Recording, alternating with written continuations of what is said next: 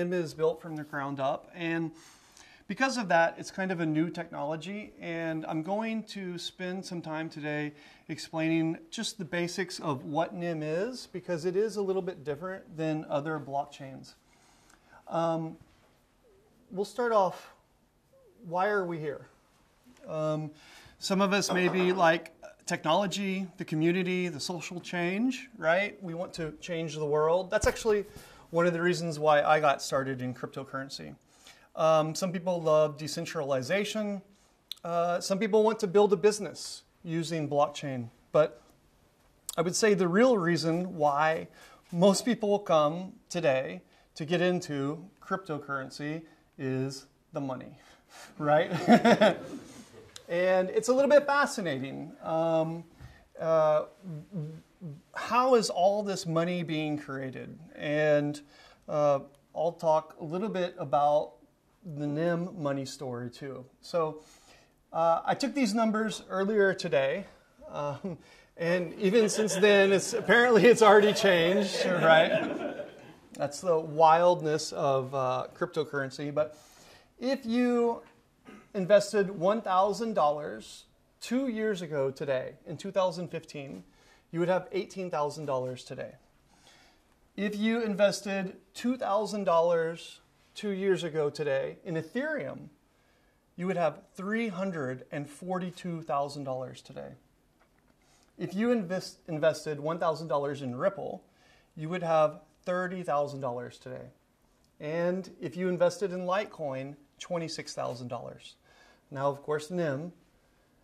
If you invested $1,000 2 years ago today, you would have $2.6 million.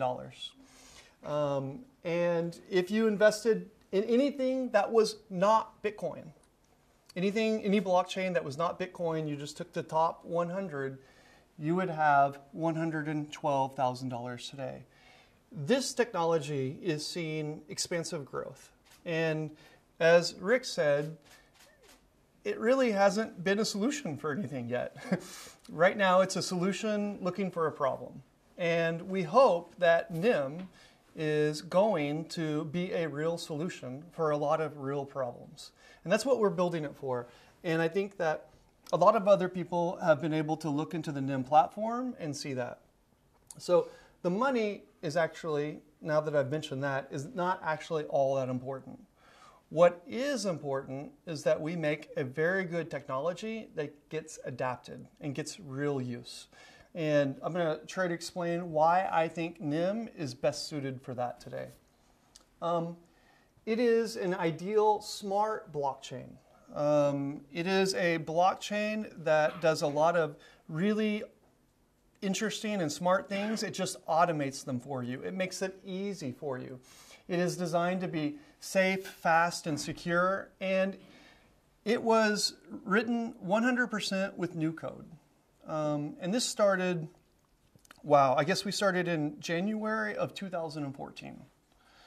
And we were all big fans of Bitcoin. We were all big fans of the blockchain. But building on other blockchain platforms wasn't very easy. They weren't actually very good for making advanced applications. And so what basically we decided to do, I shouldn't say we, because I didn't really have very much of a decision. It was the developers, the NEM developers. They decided to completely re-envision from scratch what a blockchain should be and what a blockchain could do. And then they started coding it from scratch. And they built in a lot of nice features, the NEM developers did. Smart assets, smart signing contract systems, a really nice domain naming system, 3 kinds of messages, plain text, encrypted, open, node reputation so that the nodes on the network are honest, a new kind of consensus called POI, and a lot more. And a lot of these were first. A lot of these were things that nobody had ever done before, or if they had tried, nobody had done it in the way that the NEM developers did. They didn't want to follow anybody, they made their own path. And a really interesting thing about the NEM blockchain is that it uses APIs. And this is kind of revolutionary because The NEM blockchain is a blockchain built by developers for developers. And developers love APIs. Developers love to make things very easy. And so we have these great APIs in NEM, very easy to build on it, lots of good things. And the great thing about an API on NEM, if you're making a transaction and for some reason it wasn't built correctly or your app wasn't designed exactly the way you thought, the transaction gets rejected by the network. There's no half transactions in NEM. It either works 100% exactly the way the developer designed it, or it doesn't work at all and they can debug. There's no like halfway of getting lost or losing some information.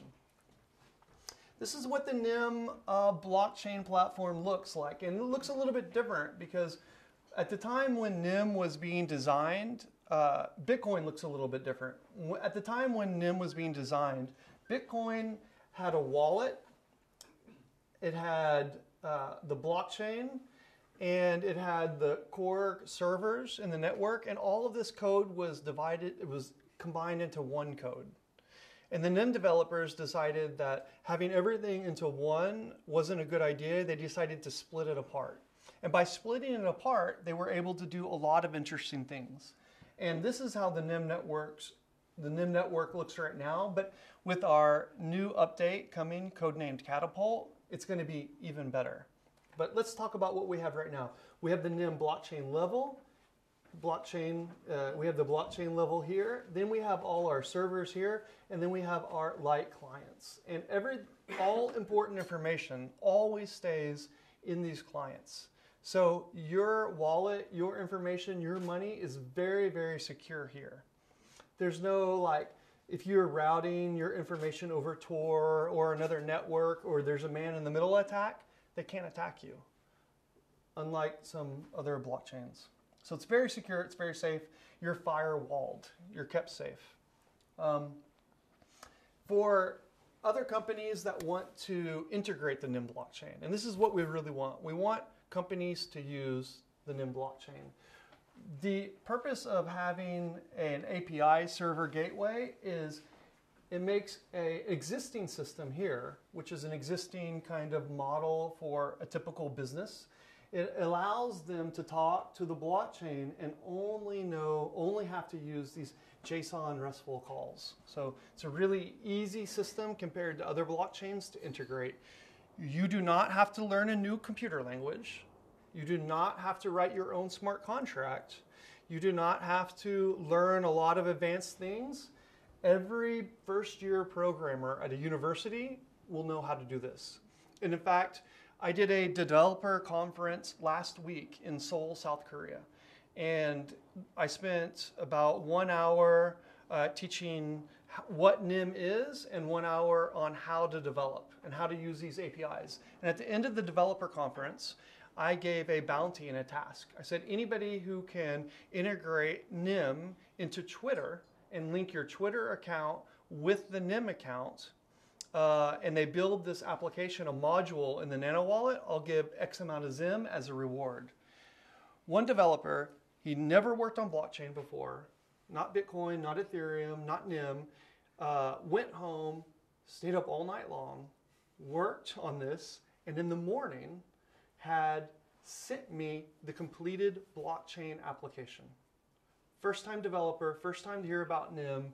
He made a whole module in the Nano wallet to link a Twitter account with the NEM account. And that's done cryptographically and proven. So anybody can audit it and check it out. Very amazing. I was very impressed. I thought it would take at least a few days, But yeah, and this is the power of NEM. Later on today, I'm going to give a lot of examples of other applications. Most of them, again, built by just one developer in their spare time, of what they've been doing and how exciting that is. A lot of times people ask me if NEM's doing a lot of smart things, if it's doing a lot of advanced things, how is it different from Ethereum? And I'm not anti-Ethereum. Actually, I love Ethereum. You can see an Ethereum sticker on my computer here. I think it's a great invention. And I want to say, but I want to try to qualify what's the difference between NEM and Ethereum. NEM is a smart blockchain. Ethereum is a world computer. And this idea that Ethereum made, that Vitalik came up with, of a world computer is actually a revolutionary idea. And it's I love it. I really do. And because it's an idea of making a computer that nobody can turn off, that nobody can edit, that nobody can censor. And I think that the world needs that. I think the world needs a computer that nobody can turn off or censor or edit. That's the good side. The downside is if you make a program on the world Ethereum virtual machine, you cannot edit it and you cannot turn it off. So if you make it, you have to make it correct the first time. And if you make an Ethereum contract, first you learn Solidity and you write this contract and then you launch it. Maybe there's $1 million on this contract that you wrote, this smart contract, this program. Basically, what you've done is you've created $1 million bounty that says, my code is better than your code, that I'm a better developer than you. Because if someone else is a better developer, and not even just today, you have to be better than today's developers, but you need to be better than tomorrow's developers for next year and the year after and the year after that. Because when you launch your Solidity smart contract, you can't edit it. And in 3 years from now, if some kid who's 15 years old, who's been eating Ethereum every day for breakfast, realizes that there's a bug somewhere in the code, he can take advantage of that. And when he does, you cannot turn off that machine. You cannot edit it, and he can just take the money over and over and over again. This is versus NEM, where later on, I'll show you a little bit more, your exposure, if there is a problem, so far we haven't had any, but if there is, your exposure is limited to one transaction at a time. So I think that Ethereum is a very beautiful idea, and it's something that the world needs, and I personally support the project. But I think that it still needs a lot of testing, and it still needs a lot, or many more years to grow, whereas NEM is ready now, out of the box, and is battle tested, right? And all of our contracts work, they've never broken. Whereas a lot of contracts on Ethereum have been breaking. Here's an example of some of our contracts. This is what we offer. We offer multi-user accounts, multi-signature accounts, and these are just kind of like what you would have in your bank account, where you can share an account, or in a business account where you need multiple people to sign. But the beautiful thing about these, again, is that they're editable, and I'll talk more about that later on. We have a domain naming system, and this is really important to have in any kind of digital economy. And I'll give an example of the internet. If I go to www.cheapwatches.com and I buy a Rolex, is that a real Rolex or not? Yeah, maybe not.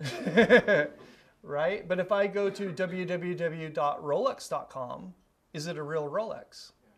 It is, exactly. And it is because of the internet domain naming system. Only one company can have that domain. Only one company can have it. And because we all agree that only one company can have it, and we all know that one company can have it, it makes an effective system where we can trust that party. We've done that on the NEM system, but we've even made improvements on it. And now you can buy your own domain name. When you're building your own blockchain economy or blockchain business, this name can be attached to assets or certificates, or show that you're the one that made an official vote, right? It's very powerful. Another contract that we do is delegated harvesting. This is like smart mining. In Bitcoin, we say mining. In NEM, we say delegated harvesting. And I'm not going to talk a lot about that. Needless to say, there's a lot of cool things there. This is transferable certificates. These are certificates that can be updated. For instance, if you own a watch, it can be a proof of ownership or a proof of authenticity. This is assets. These are smart, programmable money. And one thing that's really interesting about NEM, when it was being designed, there were ways for normal people to make their own cryptocurrency, but it was always a second layer solution, or always a solution that you basically had to be a developer, or you had to be a techie to know how to do it. But on NEM, you just need to know how to click on a mouse. It is super easy to do this. And your asset on the NEM blockchain is no different than the native asset ZIM. And so NEM is not a blockchain of one cryptocurrency. It's a blockchain of as many cryptocurrencies as we want. It's our blockchain for our cryptocurrencies, right? They're all equal. The server, the protocol level, there's no difference to them versus the native and first token. Finally, we have voting. I really love this, and I'll try to talk a little bit more about it later on. Here's an example of multi-sig, what I just mentioned. Let's say someone's going to do an ICO. Alice, Bob, and Chuck, they have a great idea. They're going to make their own NEM asset. They're going to make this white paper, and they're going to sell it to the world and change everything, right? And they're collecting a lot of money in their ICO account. Who controls it? Alice or Bob or Chuck? In NEM, what we can do is make a contract on the chain where the ICO account becomes a lockbox. And when they make this account, when they make this contract, they can set it up so that maybe only Alice or only Alice and Bob or Alice, Bob, and Chuck all have to open it. But you know, companies change, times change. Sometimes people leave. In NEM, if you want to add another person, it's just literally a couple clicks. Or if you want to take away somebody, let's say Chuck is leaving, Davey is coming. Literally, you can just click and add and remove. Add as many people, it goes up, you can add more and more. Another thing that we have is assets. And this is kind of the model of a normal asset. Let's say Bill wants to make Bill coin, and it's transferable from person to person to person. But what we're finding is not all assets need to be transferable. Let's say, for instance, I am the government. Let's say, for instance, I'm the government in London, and I want to make a special London citizen pass. I don't want these citizen passes being sold to people from Liverpool or other cities, right? I don't want people selling their London citizenship. So what we can do is we can make a non-transferable asset. And these are really good because what it is Alice can make a token and send it to David, and only David can have it. This is the beginning promise of smart programmable money. And there's a couple different ways we can do this. We can design a token on the NEM blockchain so that Alice sends it to David and David can never send it to anybody, or we can make it only refundable so that when Alice sends it to David, only David can send it back to Alice. That's his only option. Or again, we can make it transferable between anybody and everybody. So we give some options. We also allow people to link their asset to a name. Like I mentioned before, you can make the supply mutable or non-mutable. That means maybe my company needs 1 million tokens, but I'm not sure. Maybe I need 2 million next year or 3 million. I can make my contract so that I can constantly add or take away tokens. Or if I know for sure I'm going to need 1 million and only 1 million and never any more, I can make it a fixed supply, right? Another thing that we do with our tokens is you can build in a levy, a tax. So if I make Jeff coin, anytime somebody uses Jeff coin, as it goes from person to person to person, each time it gets transferred, I get a little bit of that money. A little bit comes back to me. And this incentivizes me as a business owner to build on the NEM blockchain. Another thing that we had is the apostle certificates. I'm really excited about these because basically what we've done is taken certificates that normally existed. Let's think of a car for a moment, okay? Whenever you buy a car, the auto manufacturer will maybe make a little certificate in the glove box to say this is a real, Mercedes or BMW. But then you also get a certificate of ownership from the government. And then also maybe on your phone or maybe in the owner's manual, every time you get the oil changed, you make a little note, oil changed at 1,000 kilometers, right? Tires changed at 1,000 kilometers. Maybe you get insurance on your car. Well, now we can take all of these things, certificate of authenticity, certificate of update, certificate of ownership, and combine them into one smart certificate on the blockchain. And you can add information into this certificate whenever the car was updated. Maybe you got insurance. The government can send a special asset or information into the certificate to say that you paid your taxes for the year, or that you're allowed to park in one area but not allowed to park in one area. They're very programmable. They're very adjustable. It's an amazing kind of new system on the blockchain. And of course, if I sell the car, I can transfer the certificate too from person to person. Another thing that we're doing is voting. This is a recent vote that we had to sponsor an elementary school. And we allow a couple different kinds of voting. You can vote by POI. And POI is really interesting because it stands for proof of importance. But one of the beautiful things about proof of importance is it's very hard to cheat. It's very hard to do a sock puppet attack. So when you do a vote on the NEM blockchain, you're all but guaranteed that nobody can cheat against your vote. It doesn't matter how many accounts they make or what they're doing. They would have to know more than 30 days in advance, and they would have to invest literally tens of millions of dollars if they wanted to try to attack your vote.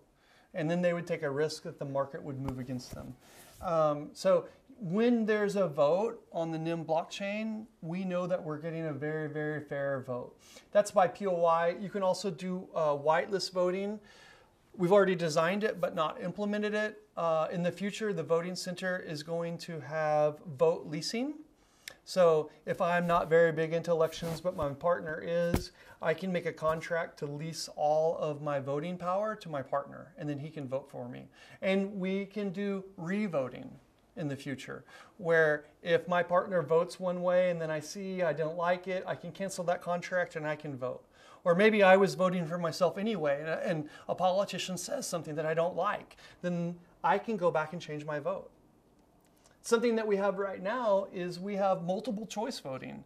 You can choose, when you make a vote, can people choose only one option or two or three? You could make 10 different choices and they can choose the best 3 of 10 or 5 of 10.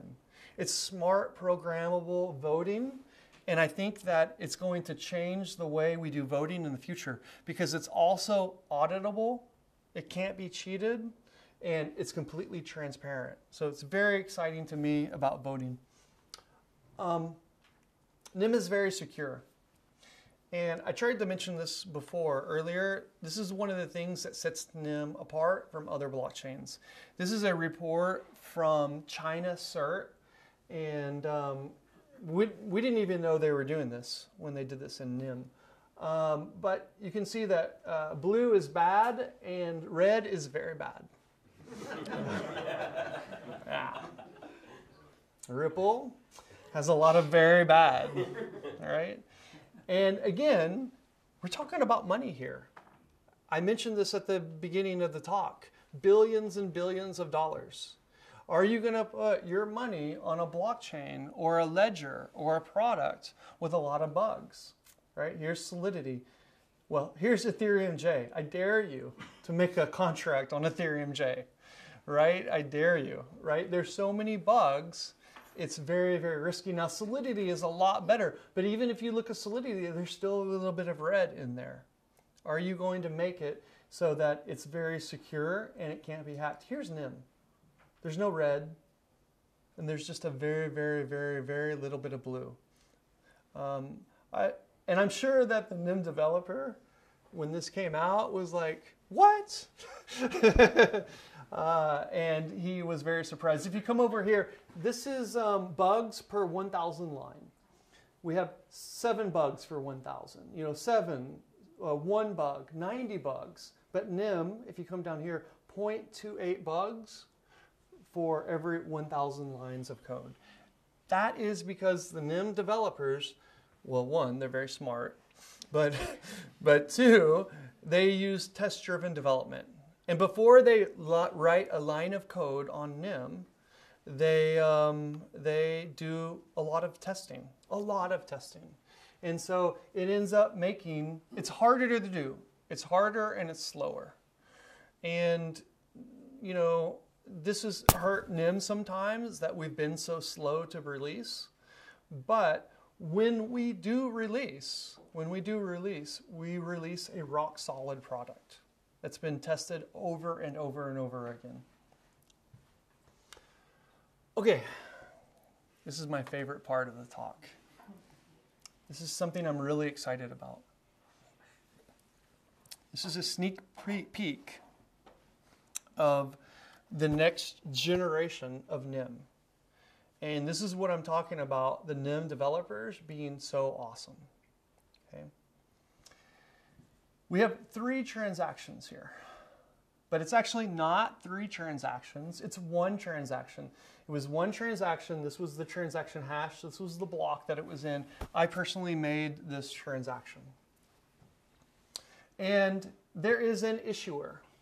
This is the issuer. And issuer is the one that starts the transaction on the network. Now, normally on a network, here's the same issuer, same issuer, same issuer. I'll come back to that in a moment. Normally, like on a network like Bitcoin, if I'm sending Bitcoin from me to my friend, I am the issuer.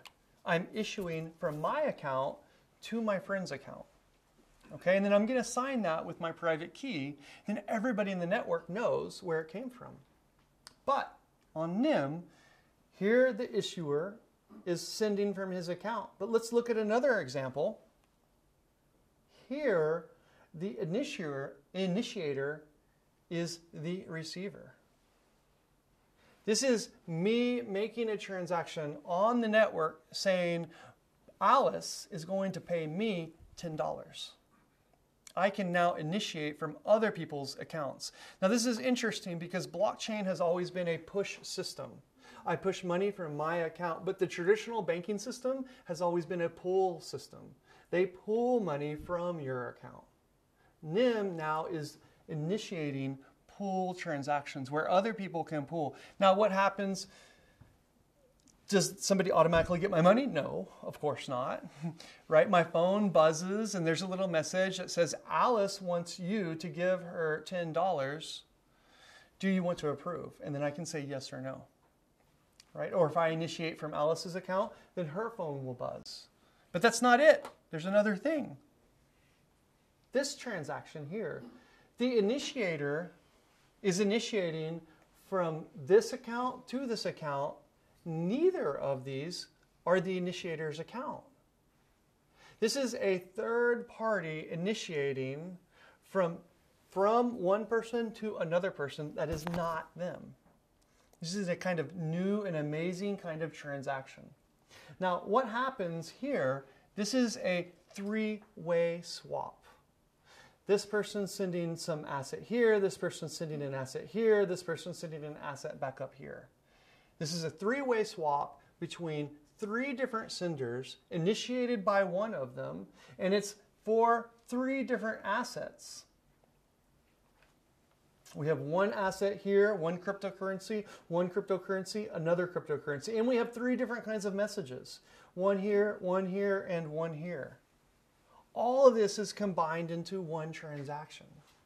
And it's either all going to be put in a block at one time or nothing. Again, in NEM, APIs, it's all or nothing. If one of these accounts doesn't have enough Korean won in it to make this transaction, then all 3 of the transactions are rejected. It's not just this one, but not these 2. So this is going to open up a lot of possibilities for future developers. And I'll tell you about one that I'm very excited about. One of the big problems with cryptocurrencies today is being able to create your own cryptocurrency that regular people can use. Let's say I make Jeff Coin and I send it to my friend here. And now he's got Jeff Coin. Let's say 1 Jeff Coin equals 1 British pound. Or let's say, yeah, 1 British pound. And let's say I sent him 100 coins. He's got 100. And he says, okay, what do I do with these? And I say, you can use them at this coffee shop or the mall. And then he goes, okay. And he goes to the mall, the coffee shop, and he tries to send them, but he can't. Why? Because he doesn't have any Zim. There's no Zim in his account. So then he calls me and says, hey, I can't spend these. And I say, okay, first you got to go and buy some Bitcoin. Then you need to transfer it to this exchange. Then you need to trade it for some Zim. Then you need to send some Zim to your wallet. And now you can spend the Jeff Coin. Right? This is a big problem. What can happen now, though, is with these really cool transactions, I don't even know what to call these, right?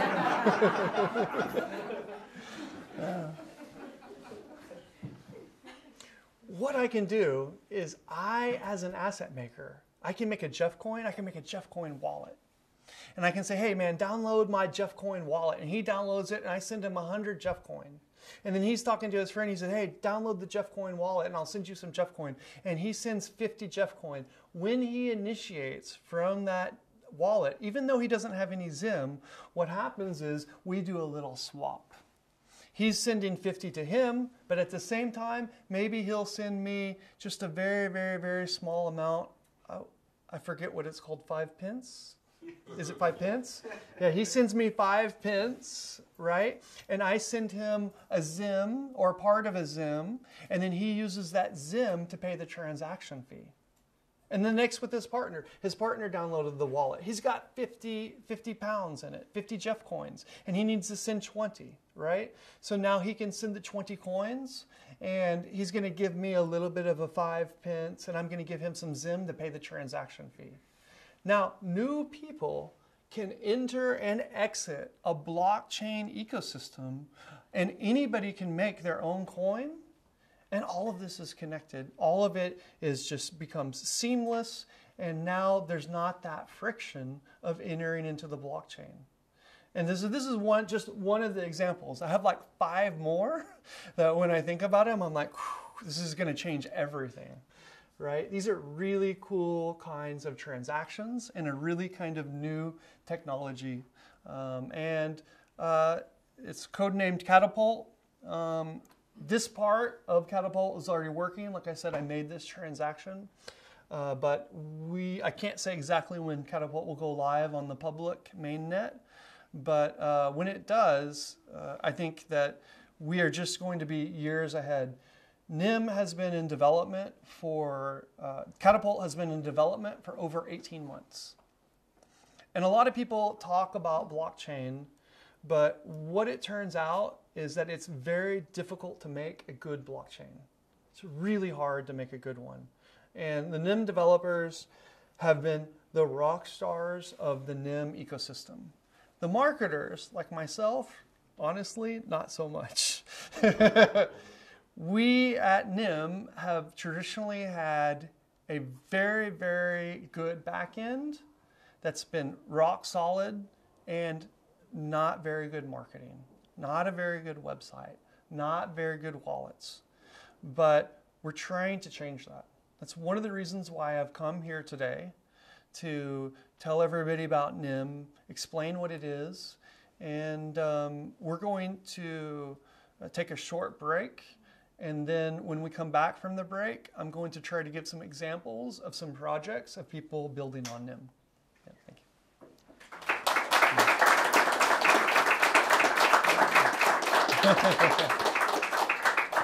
Okay.